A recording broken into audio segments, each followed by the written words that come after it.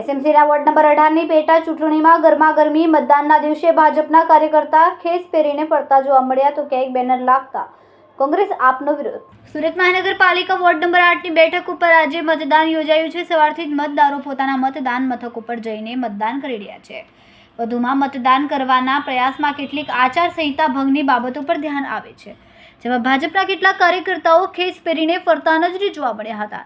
આ સાથે જ કંઈક ભાજપના બેનર લાગતા કોંગ્રેસ અને આપના કાર્યકર્તાઓએ વિરોધ કર્યો હતો. આ વચ્ચે રાજકીય પક્ષો વચ્ચે ગરમાગરમી થતા પોલીસ ઘટના સ્થળે પહોંચીને મામલો થાળે પાડવાનો પ્રયાસ કર્યો. આજે પેટા ચૂંટણીમાં રાજકીય પક્ષો દ્વારા પોતાના પક્ષને મત મળે તેના માટેના પ્રયાસો શરૂ કરવામાં આવ્યા છે. જોકે કેટલાક વિસ્તારોમાં આચારસંહિતા ભંગ થતી હોવાના વિડીયો પણ સામે આવ્યા છે. સુડા આવાસમાં ભારતીય જનતા પાર્ટીના કાર્યકર્તાઓ ખેસ પહેરીને ફરતા હોવાનું જોવા મળ્યા તો કેટલીક જગ્યાએ ભારતીય જનતા પાર્ટીના બેનર લાગ્યા હતા. એટલું જ નહીં, પરંતુ આજે કેટલાક કાર્યકર્તાઓના હાથમાં ભારતીય જનતા પાર્ટીના સિમ્બોલવાળી સ્લીપ પણ વેચવામાં આવતું હોવાનું જણાઈ આવ્યું. પણ આ વિસ્તારમાં વિક્રમનગર 3માં સોસાયટીમાં ભારતીય જનતા પાર્ટીનું બેનર લાગતા આમ આદમી પાર્ટી દ્વારા સોસાયટીમાં જઈને બેનર ઉતારાવ્યું હતું તો સુડા આવાસમાં કોંગ્રેસના ઉમેદવાર પણ પહોંચી ગયા હતા. સવારથી જ અલગ અલગ વિસ્તારોમાં રાજકીય ચકમક જોવા મળી. કેમેરામેન સેનિલ વિરાણી સાથે વિશાલ છેઠા, માનવ પ્રભા ન્યૂઝ, સુરત.